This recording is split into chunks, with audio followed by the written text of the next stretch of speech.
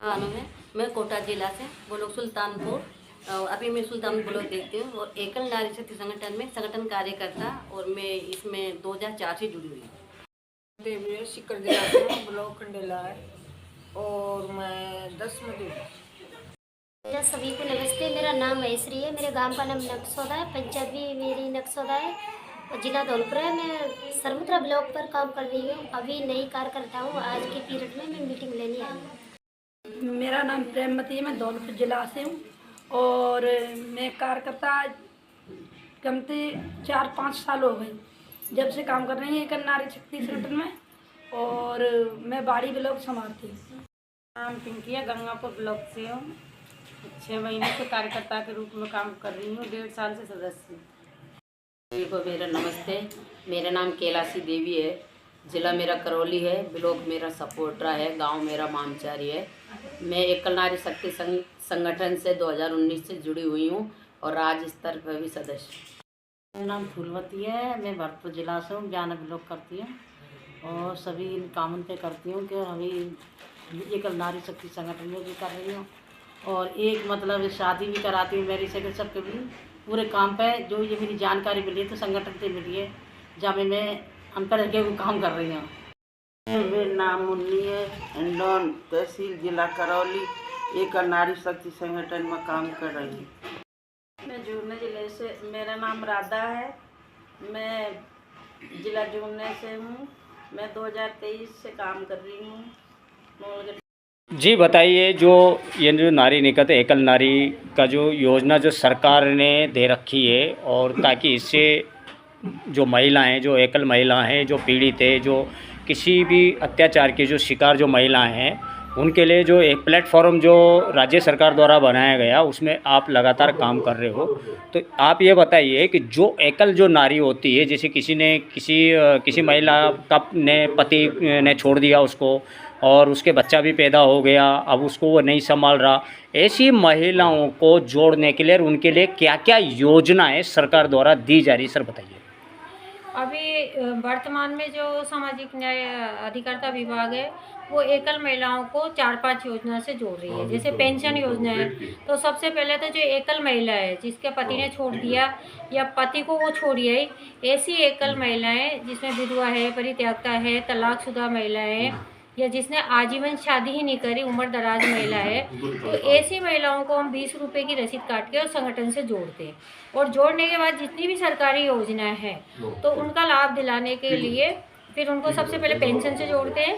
Pension से जोड़ने के बाद उनको पालन आहार योजना है एक बच्चों को, जिसमें 1500 रुपये मिलते हैं एक बच्चों को, और इस योजना का लाभ 3 बच्चों तक मिलता है।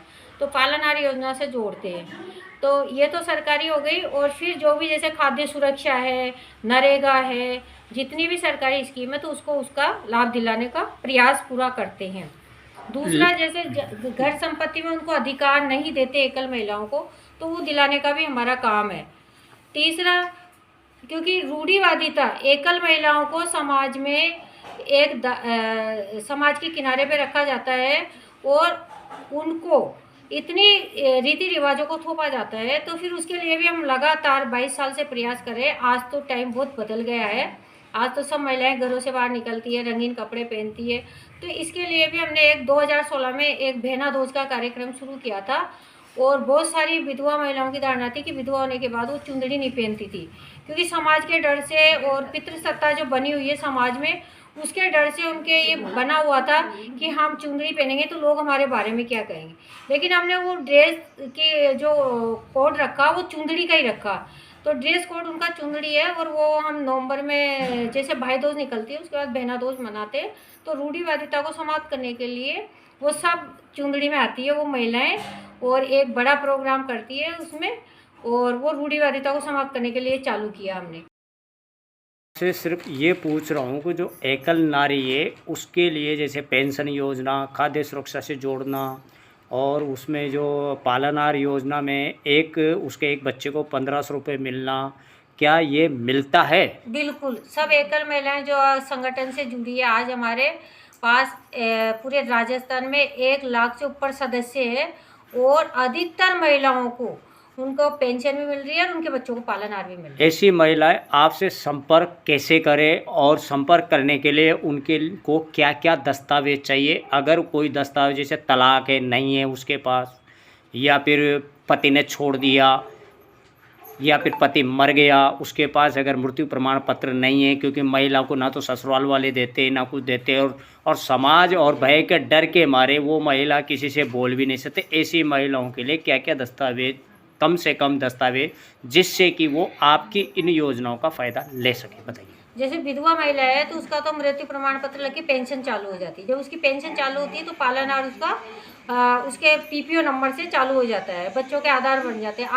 आजकल सब ऑनलाइन है। जो आप कह रहे थे बात कि ऐसी महिलाएं जो इनका दस्तावेज पियर वाले ससुराल वाले रख लेते हैं, ससुराल वाले देते नहीं है, तो ऐसी महिलाओं के दस्तावेज भी ऑनलाइन निकलवाते हैं और फिर उनको इन योजनाओं का लाभ दिलाने की पूरी कोशिश करते हैं। शुभ नाम बताइए आपका। मेरा नाम रीना शर्मा है और मैं एकल नारी शक्ति संस्थान में 2004 से। आप ये जो एकल नारी जो योजना चल रही है, यहाँ पर ये सारी महिलाएं अपने अपने क्षेत्र में कार्य कर रही है ताकि उन महिलाओं को ढूंढ रही है जो समाज से पीड़ित है या समाज के अत्याचार से परेशान है, और या फिर वो विधवा है या फिर एकल रूप में काम कर रही है। तो इन महिलाओं जो कार्य कर रही है, इस योजना को लेकर आपका क्या कहना है कि महिला जो सशक्तिकरण जो बना हुआ है, जो महिला सशक्तिकरण का जो कार्य सरकार कर रही है, वो कितना प्लेटफॉर्म पे है? क्या वो सिर्फ कागजों में ही है या उसका हकीकत से भी कोई बयां है? ये संस्था जो हमारी संस्था है जिसके लिए हम लोग ये लोग काम कर रहे हैं, ये पिछले 26 साल से काम कर रहे हैं, और ये मतलब गरीब लोगों के लिए काम करते हैं, महिलाओं के लिए करते हैं, नरेगा के लिए करते हैं। ऐसे बहुत सारी समस्याएं हैं गांव में। जमीन, जैसे कोई जमीन कब्जा कर लेता है, तलाकशुदा महिलाएं वो संघर्ष करती हैं, तो इनकी पूरा एक संगठन है, उसमें 1 लाख से ज़्यादा मेंबर्स हैं पूरे इंडिया में। तो ये लोग उसके लिए काम करते हैं। अब मैं भी इस संगठन से जुड़ा हूँ, तो जो भी लीगल समस्या इनको आती है या प्रॉब्लम आती है तो हम उसको सॉल्व करते हैं और कोशिश करेंगे कि इनकी जो भी समस्याएं हैं उसको जल्दी से जल्दी हम सॉल्व करेंगे। बस यही मेरा कहना है। शुभ नाम बताइए। हेमंत माल।